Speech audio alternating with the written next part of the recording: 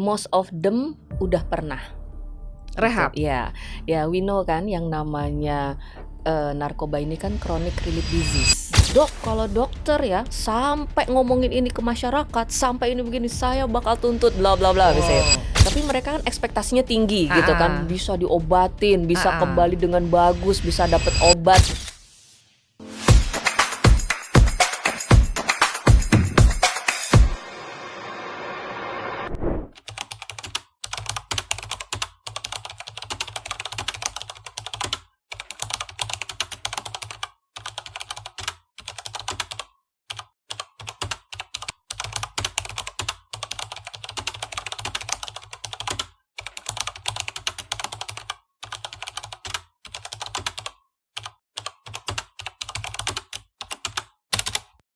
Isu narkoba itu nggak pernah tuntas ya, selalu ada lagi kasus baru, penyalahgunaan, adiksi dan sebagainya yang akan selalu membutuhkan penatalaksanaan, penanggulangan, dan nggak bisa sendiri memang menatalaksananya. Nah, kali ini, hi people, di Hype Talk The Podcast, saya mau ngajak ngobrol. Ini sahabat saya lama banget, dari zaman masih unyu-unyu, masih kecil banget ya. Yang sekarang bertugas untuk menangani kasus-kasus yang memerlukan rehabilitasi narkoba. Ini dia sahabat saya, Dr. Novianti Purnamasari, MKM. Terima kasih. Halo Novi, apa kabar? Baik, alhamdulillah. Luar biasa ya. Akhirnya Dr. Novi bisa hadir ya di Hype Talk The Podcast. Betul, suatu kehormatan buat kita. Bangga banget, seneng banget melihat Dr. Vivi sekarang makin melanglang buana. Wow, luar biasa. Thank you.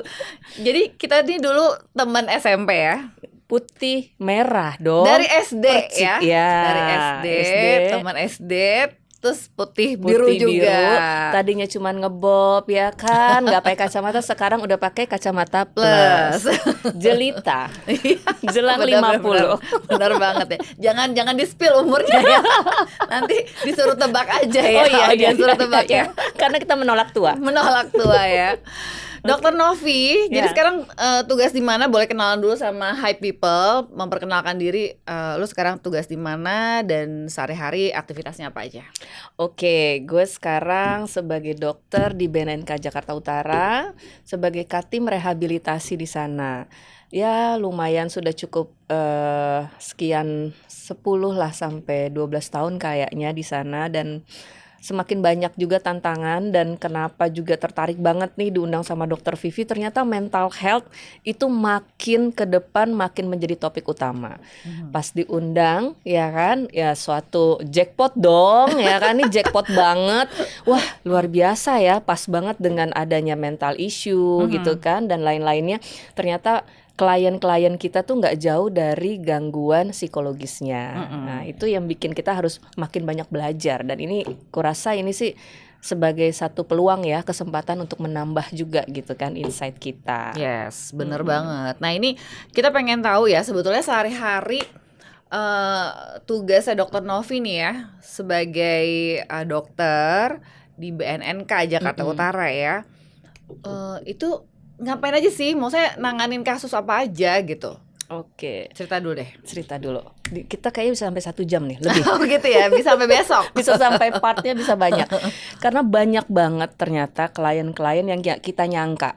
Kalau cerita awalnya kita back dulu ya ke waktu gitu ya, nggak pernah nyangka bisa bergabung di BNN gitu kan. Ya mungkin itu takdir, kemudian digabung di BNN. Dulu kita nggak ngerti narkotika tuh apa sih gitu kan, penanganannya seperti apa. Ternyata multidimensi, multikompleks. Lari ke wilayah, ternyata lebih banyak lagi yang kita hadapin gitu ya. Gak hanya tentang sosial, ekonomi gitu ya, latar belakang, budaya. Sehingga lama-kelamaan kok ini menjadi banyak fenomena dan banyak kombinasi yang luar biasa gitu kan. Nah kemudian klien-klien, ternyata tiap hari tuh tantangan klien tuh semakin banyak. Mungkin ditambah dengan adanya tambahan narkotika jenis baru gitu ya. Ternyata tantangan kita makin besar, dan ya pasti banyak hal yang harus kita hadapi dan kita tambah lagi ilmunya gitu. Kalau balik lagi ditanya, kenapa sih klien sekarang yang tadi dibilang bahwa makin banyak makin kesini, ya kayaknya fenomena narkotika itu luar biasa ya, dan makin bertambah kombinasi obat-obatnya ya, Makin dan macam-macam, makin baru ya iya makin jenis-jenisnya. macam-macam. Kemarin juga denger kan kita banyak banget ditemuin vape ya, kemudian whipping gitu ya, Iya. yang dibahas di BNN ya, di Kemenkes dan lain-lain. Ternyata memang sangat worry banget ya makin kesini, apalagi zaman anak Gen Z ya, Gen Alpha Plus yang apa-apa serba instan, Yes. apa-apa pengen coba. Dan rata-rata tuh klien yang datang ke kita itu prekontemplasi. Mereka nggak ngerasa ini bagian dari ketagihan. Mereka ngerasa it's not my problem. Ini Nggak biasa bermasalah aja. Iya, ini nggak masalah. Toh hidup gue masih biasa-biasa aja. Gue masih produktif. Keluarga gue masih aman. Ini cuma untuk stimulan aja kok, kata dia. Nah, sebenarnya ini yang harus kita geser kan. Ini bukan masalah hari ini, tapi akan bermasalah kalau dibiarkan. Yuk kita coba sadarin yuk. Nah, tapi kan tetap untuk bergeser, menyadarkan orang untuk bisa berubah kan it's not easy gitu kan. Nah, jadi ya butuh juga kekuatan kita sama-sama sih, selain ilmu juga, kemudian kebersamaan sama teman-teman juga gitu ya, saling share segimana, manajemen kasusnya bagaimana gitu ya. Akhirnya ya mereka pelan-pelan bisa mulai accept gitu ya, bisa mulai kontemplasi, bisa mulai action untuk mau berobat gitu. Biasanya yang datang ke berarti lu di klinik ya? Ya, Dr. Novi di klinik klinik Pratama ya. Oke. Yang datang ke klinik itu mereka kesadaran sendiri atau memang kayak dibawa atau disarankan nih oleh keluarga atau rada dipaksa gitu, karena banyak yang prakontemplasi ya, yang Betul. belum merasa ini suatu masalah, suatu gangguan gitu ya. Iya. Jadi rata-rata banyak kan apa nih? Some of them rata-rata memang dipaksa. Dipaksa Ya. oleh pasti kalau nggak keluarga, kalau nggak sudah terkait hukum pasti kan. Nah itu, tapi ya kembali lagi bahwa mereka akhirnya masuk ke dalam rehabilitasi, terlepas dari proses itu caranya gitu ya. dengan cara apapun, yang penting dia masuk datang nih. Datang untuk rehabilitasi, untuk rawat jalan di kita. Kalaupun memang hasil asesmen kita nanti rawat inap, ya kita pasti rujuk ke balai besar atau ke rumah sakit instansi pemerintah yang kerjasama. Jadi gitu rawat jalan ya? Rawat jalan di klinik kita di BNNK, semua seluruh Indonesia tuh terimanya rawat jalan. BNNP pun juga sama. Rawat jalan ya, juga. Jadi kalau memang ada yang dirawat inap, kita pasti rujuk ke balai besar atau ke rumah sakit. Balai besar tuh yang di Lido ya? Yang di Lido, betul, yang di Bogor. Udah pernah kesana belum? Udah, dulu udah pernah. Studi banding. Iya. Rata-rata gitu ya. Iya. Lihat. Tapi seru ya seru. melihat tantangan mereka ya di sana, di dalam sana. Kayaknya melihat mereka tuh miris gitu ya, kenapa harus begini, tapi mungkin itu bukan kemauan mereka, mungkin dari pertemanan ya kan, salah dalam lingkungan, atau mungkin mencari perhatian, banyak lah ya. Iya, setelah banyak kita faktornya ya. Iya, setelah kita gali ternyata banyak banget loh asal usul kenapa bisa pakai gitu kan. Dan sekarang ini kasus yang lagi tren apa nih? Kita ngomongin tren udah kayak tren baju ya. Tren baju, tren narkoba ini masalahnya. Apa tuh yang lagi banyak mungkin digunakan atau kasusnya dirujuk, itu apa nih? Tetap masih untuk metamfetamin. Sabu untuk ya, sabu. metamfetamin. Tapi kesininya tembakau sintetis, gorila, gitu ya. Tapi ya memang dari kedua hal itu yang masih dominan adalah metamfetamin. Metamfetamin. Oke. Dan rata-rata mereka udah dalam kondisi yang misalnya nih sudah pernah rehab kah, atau yang kayak masih baru-baru banget mengalami adiksi, kecanduan gitu ya, atau memang udah kayak tahunan lama gitu. Dari pengalaman yang lo tangani gimana? Most of them udah pernah rehab. Ya, we know kan yang namanya narkoba ini kan chronic relief disease. Betul, kambuh-kambuhan ya. Kambuh-kambuhan. Jadi saat mereka sudah rehab, mereka kembali ke fungsi sosial, ternyata mereka tertrigger lagi. Mereka nggak kuat lagi nih mentalnya. Makanya kenapa kalau dibilang rehabilitasi itu bisa sampai kapan aja. ya kan, nggak ada Exactly. jangka waktunya. Mm-mm, Kita nggak bisa bilang 3 bulan, 6 bulan. mhm. Ada sampai pasien kita nih sampai 1 tahun yang masih kodep sama kita, walaupun sebenarnya kita nggak mau nih dia kodep gitu kan.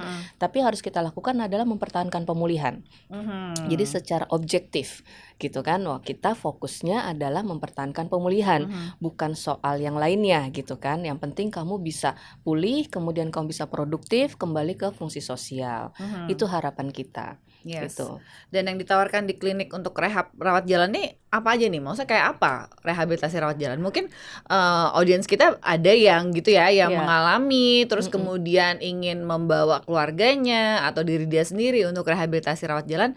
Itu ngapain aja sih dan apa yang dijalani itu apa gitu?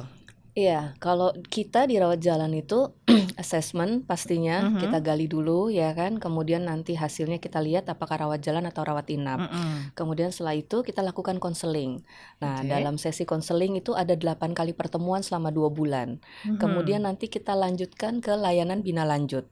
8 kali pertemuan dalam 2 bulan berarti seminggu 2 kali? Seminggu dua Seminggu kali dua kali. atau seminggu sekali itu Oke. sebenarnya bebas tergantung dari pasiennya. Karena kita kan nggak bisa juga memaksa dia untuk seminggu 2 kali. Kadang most of them tuh banyak yang produktif. Kerja? Iya, mereka tuh kerja. Makanya tadi balik lagi ternyata mereka banyak yang prekontemplasi. Ya rasanya hanya untuk stimulansi ya, hanya untuk bekerja gitu kan.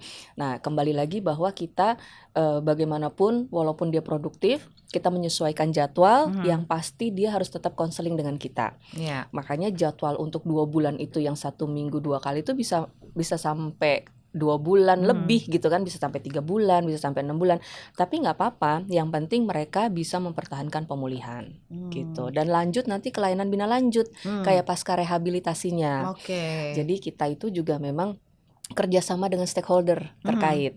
Jadi kita punya Sudinaker gitu ya, kita punya balai latihan kerja, kita punya Sudin Transmigrasi dan Energi, kemudian perindustrian ya, pariwisata, yang dimana mereka buka lahan atau buka kesempatan untuk keterampilan pelatihan. Diajarin. Iya, kita kerjasama dengan dia atau dengan CSR. Kita punya beberapa perusahaan yang mungkin bisa bantu, yang tergerak juga bantu kemanusiaan ya untuk klien-klien pasca begini. Ya alhamdulillah mereka mau. Kayak kemarin nih kita layanan bina lanjut kita pasca rehab itu untuk klien-klien pelatihan parfum.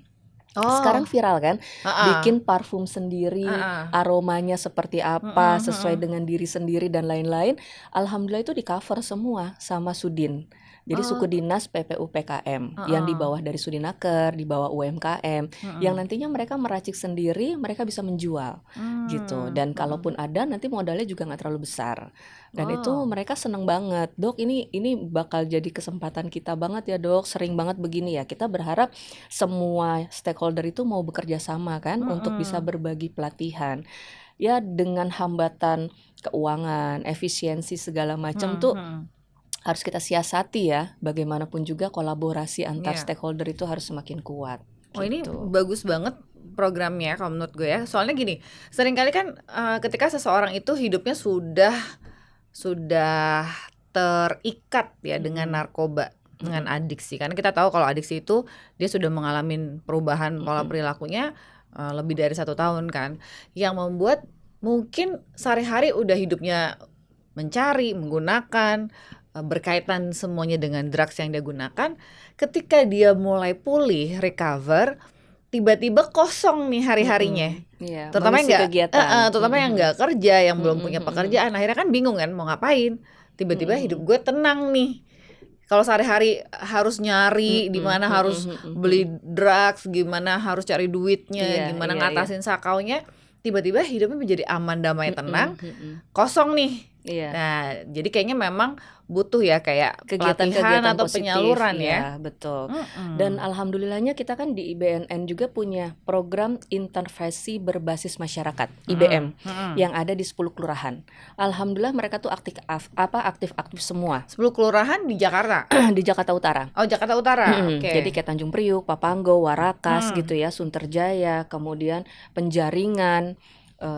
Pokoknya ada 10 kelurahan gitu yang kita memang sudah kita bina dari tahun 2022. sampai sekarang. Dan alhamdulillah petugas AP-nya, agen pemulihannya itu cukup aktif, cukup kreatif. Dari Semper Barat, Penjaringan, Cilincing, coba Kalibaru, bayangin banyak banget, Tanjung Priuk, kemudian apalagi Sunterjaya, kemudian Warakas, kemudian Papanggo, pokoknya ada 10 tuh yang kita bina sama-sama, walaupun sebenarnya anggarannya setiap tahun hanya 1 kali yang dianggarkan untuk membina mereka kembali, bimtekan mereka kembali. Tapi karena kita punya grup gitu ya di IBM, sehingga tetap terjalin silaturahmi kita. Dan ini ada maksudnya apakah hanya di Jakarta Utara aja Semua atau di seluruh Indonesia? Seluruh Indonesia ya, ada nih. Harus ada IBM. Yang seperti ini ya, IBM, betul. intervensi berbasis masyarakat. Dan makanya kenapa tadi relate dengan pertanyaan tadi bahwa kalau klien sudah sembuh, sudah pulih, wilayahnya di mana, kita drop juga ke petugas IBM. Jadi nggak selamanya sama kita, bisa didampingi oleh petugas IBM dari masyarakat. Jadi petugas IBM ini apa backgroundnya? Mereka tokoh masyarakat, ibu-ibu PKK, kemudian ketua LMK atau anggota LMK yang merupakan bisa jadi panutan gitu ya. Terus kemudian kerjanya juga secara sosial gitu. Jadi sehingga mereka tuh juga nggak takut untuk bisa mendampingi atau didampingi oleh klien. Wow, keren banget ya. Artinya kan berdaya nih masyarakat, bantu masyarakat gitu ya. Yes, betul banget. Nah kemarin tuh kita bikin satu pertemuan gitu ya dengan para IBM koordinatornya. Tolong ada klien di wilayah ini, tolong dibantu. Kalau ada pelatihan, mohon diikut sertakan. Jadi nggak tergantung sama kita. Kita tetap punya timeline. Nah, jadi kita bikin timeline itu setiap bulan pastinya. Kita nggak ada anggaran di sini, oke nggak apa-apa. Coba kita tanya Sudin yang mana yang ada anggarannya untuk ngadain pelatihan untuk klien-klien kita yang memang mau. Alhamdulillah ada gitu ya. Terus kemarin juga ada dari BNNP, kemudian dari pusat gitu ya. Jadi kita saling sharing untuk klien untuk mendapatkan kesempatan pelatihan. Dan alhamdulillahnya IBM ini memang solid banget ya. Saya harap sih di seluruh Indonesia juga halnya sama.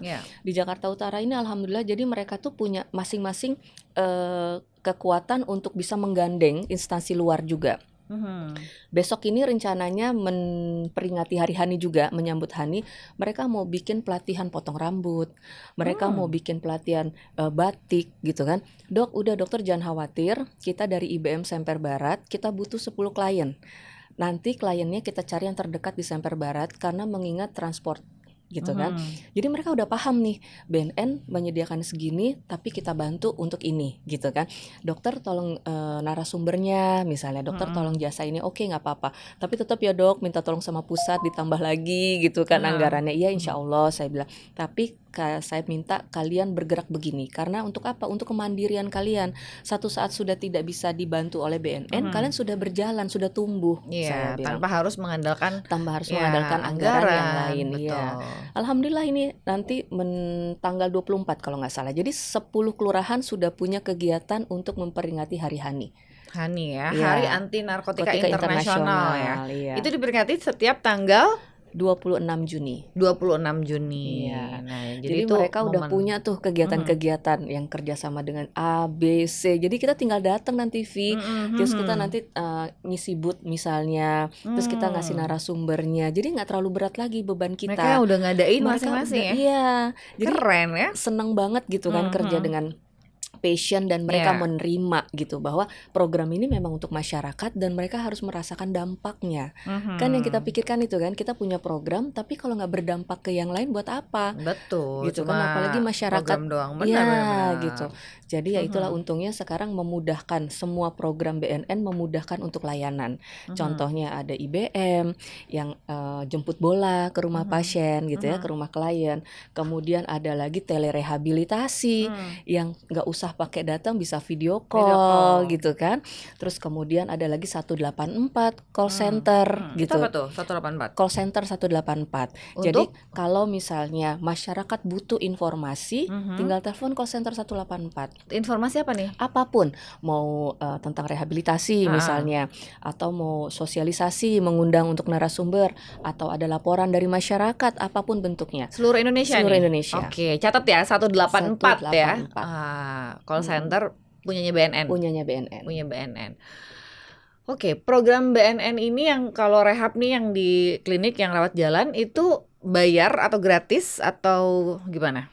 Gratis yang pasti. Gratis? Ya. Kok enak banget? Kok enak banget gratis? Mau juga gitu ya. Gitu gitu ya. Ada syaratnya nggak untuk bisa mengakses layanan itu? Syaratnya sebenarnya nggak susah sih. Syaratnya asal mau, yang pertama. Asal yang kedua mau. KTP. Ya. Oke, jadi harus sesuai wilayah ya? Enggak juga, Enggak karena juga? kan kita bentuknya layanan jasa. Jadi Oke. ada satu case gitu ya, rumahnya misalnya di Jawa Timur gitu kan. Terus karena dia harus bekerja pindah domisili, kan nggak harus sesuai KTP. Jadi Mungkin dia di Jakarta. tempat ya karena bekerja, kemudian dia di Jakarta Utara, so kita akses layanan. Kalaupun nanti dia pindah dan jadwal konselingnya memang harus masih tetap berjalan, kita hubungi BNNP setempat. Kita buatkan surat rujukan bahwa klien ini masih mengikuti layanan sebanyak sekian kali, mohon untuk dilanjutkan di wilayah Anda gitu. Jadi memang memudahkan sekali. Jadi sebetulnya kalaupun ada kasus-kasus penyalahgunaan sampai adiksi narkoba itu sudah sangat bisa ditangani ya di BNN dan free gitu, gratis. Free. Dan itu free, mau ratusan pun walaupun budget kita cuma 30 orang per tahun, nggak apa-apa. Jangan pusing Kurang itu, baik apa ya sebenarnya? Tinggal diakses layanan sebenarnya ya. Iya, jadi benar kata Dokter Vivi, kurang baik apa? Ayo atuh dateng, ya kan? Iya. Jangan takut, rehab. Takutnya orang tuh nggak terinformasi. Nah itu ya, either nggak terinformasi atau memang mereka masih takut stigma. Takutnya dicepuin. Yes. Itu banyak Dan sampai kan sekarang takut dicepuin masih juga kayak gitu ya. Betul. Sehingga akhirnya ragu-ragu gitu kalau misalnya mau ke layanan rehabilitasi kan, ada rasa takut seperti itu ya. Tapi kan prinsipnya kalau menjalani rehabilitasi tentunya fokusnya adalah bagaimana dia bisa kembali pulih kan.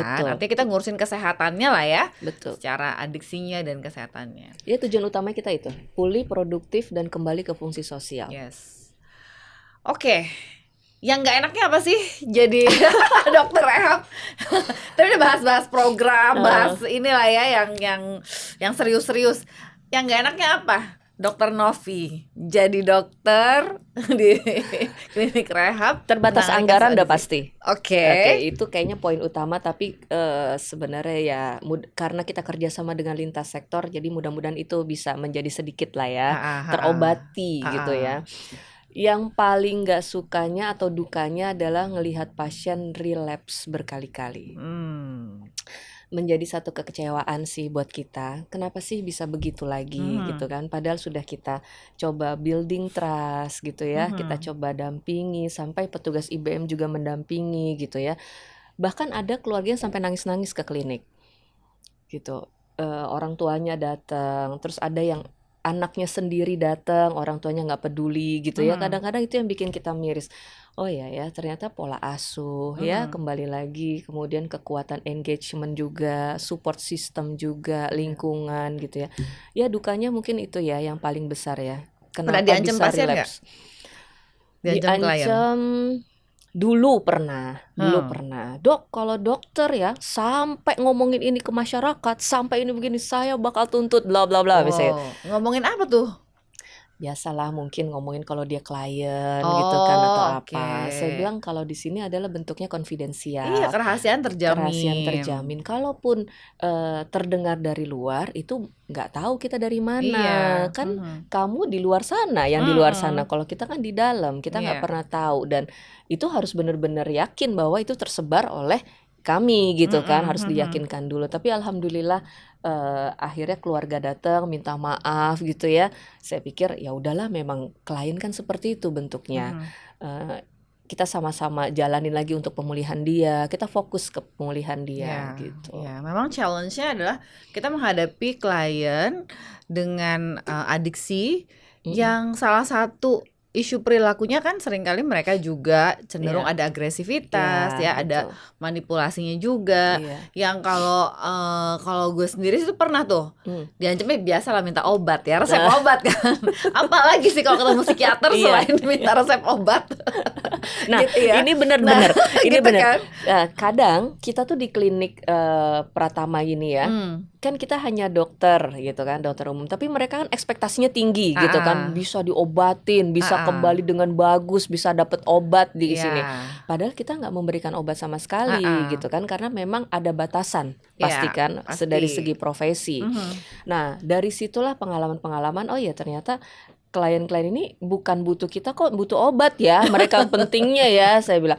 Dan kita bilang jangan self diagnose sendiri. Nah ternyata makin pinter loh pasien sekarang, nggak perlu sekolah dokter, mereka udah bisa loh via Google. Udah lebih dokter dari kita ya, via ChatGPT. ChatGPT, AI sampai oh my god, kamu tahu dari mana? Saya kan buka Google dok. Ternyata obatnya ini ya dok ya, diminumnya sehari sekali ya. Oh my god, gue kuliah ya berapa tahun kayaknya ya. Lu enak banget ya dari ChatGPT gitu.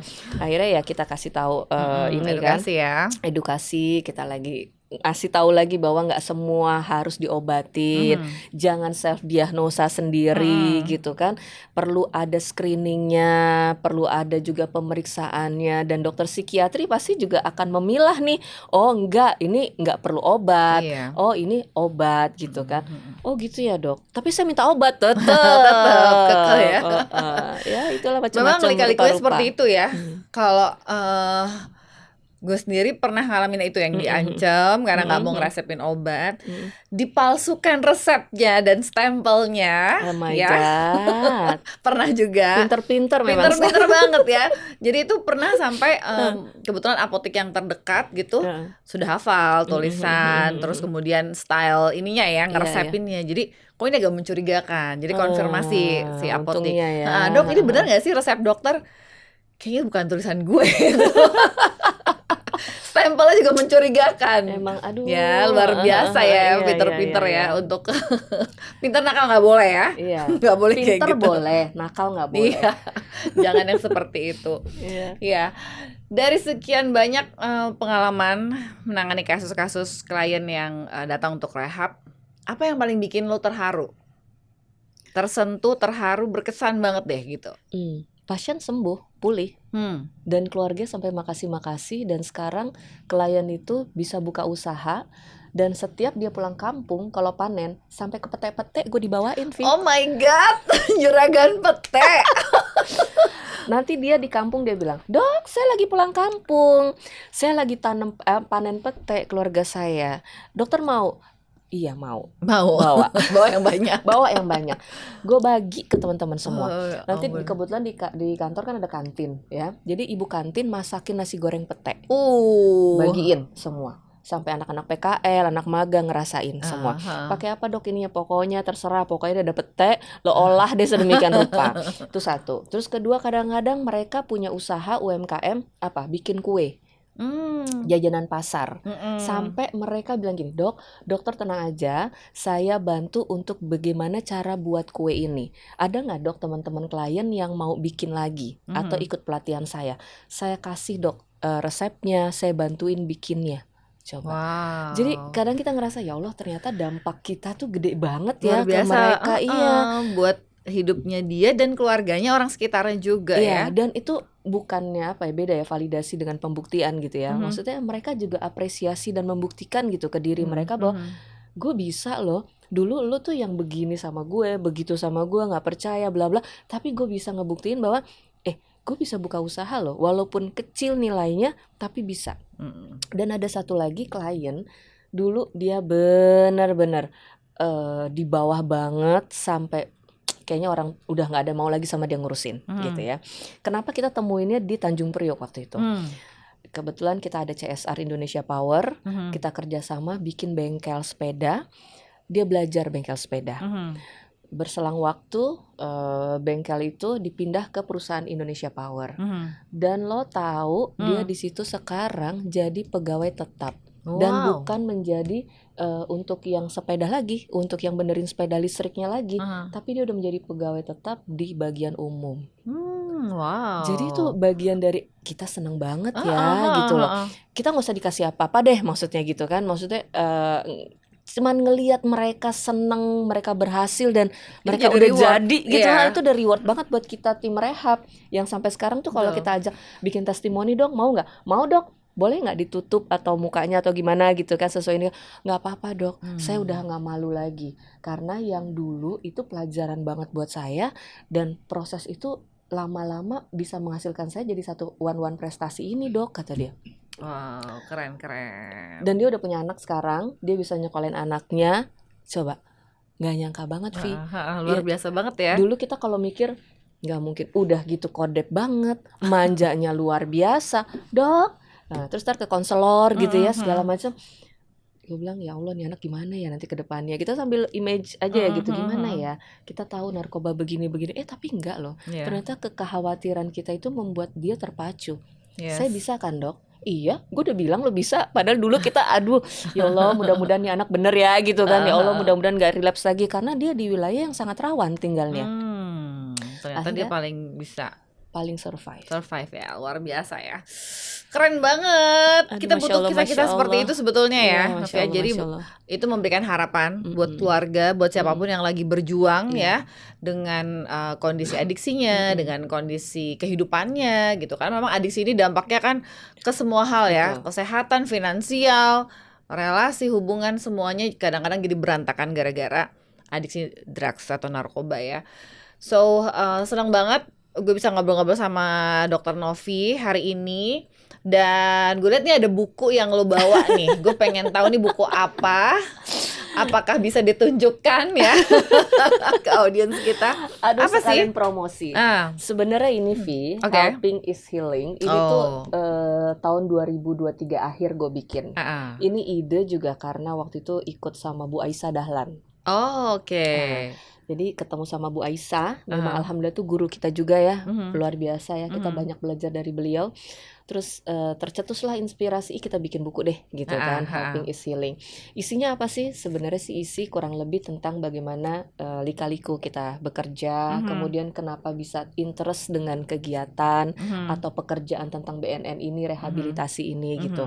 Jadi di mana kita nggak perlu membantu orang begitu besar, tapi dengan hal kecil aja kita bisa membuat senang dan itu menjadikan healing buat kita. Iya, betul. Dan ini salah satunya adalah contoh om gue waktu itu di buku ini. Jadi zaman dulu gue masih SMA, gue nggak tahu itu BNN, gue nggak tahu itu narkoba seperti apa gitu kan. Cuman yang tahu bahwa dia dulu pakai. Zaman dulu putau masih luar biasa. Jadi waktu zaman gue SMA kalau nggak salah, dia juga udah kuliah dan itu ternyata udah berlangsung lama. Dia udah menggunakan putau luar biasa sampai dibawa kemana-mana gitu kan, religius lah, ke segala macem lah kakek gue almarhum itu. Ternyata nggak berhasil. Dan pas dia meninggal, gue kok pas masuk BNN gitu kan. Jadi semakin gue gali kan, gue izin juga sama tante gitu kan, sama keluarganya, boleh nggak dibikinin satu nama di sini. Gue bilang biar pengalaman nih. Ternyata dampak dari pengguna narkoba tuh kayak gini. Dan disayangkan dulu gue belum tahu BNN dan narkoba dan rehabilitasi ya kan. Ya ini jadi pelajaran banget. Bener banget tuh zaman dulu yang kita dulu waktu zaman SMP SMA tuh ngeliat dia pakai putau, kemudian dia jual atau dia beli gitu ya waktu itu ya. Terus kemudian sampai dia harus jual-jualin Magicom segala macem, dan itu semua dijadiin duit lah ya. Iya, semua dijadiin duit sampai itu apa sih? Kita dulu kan nggak pernah tahu. Zaman kita SMA kuliah pun tentang narkoba belum tahu kan. Terus kesini-sininya jadi semakin pantesan ya dulu coba. Udah masuk BNN, udah tahu ngerti, rehabilitasi, mungkin dia akan lebih bisa terakomodir, tapi ya mungkin Tuhan berkata lain, dan mungkin ini kedepannya gue melanjutkan perjuangan dia yang tadinya dia udah mau pulih ya kan, dia udah bisa sembuh dan ada efek pastinya kan dari penggunaan putaunya itu ya kan.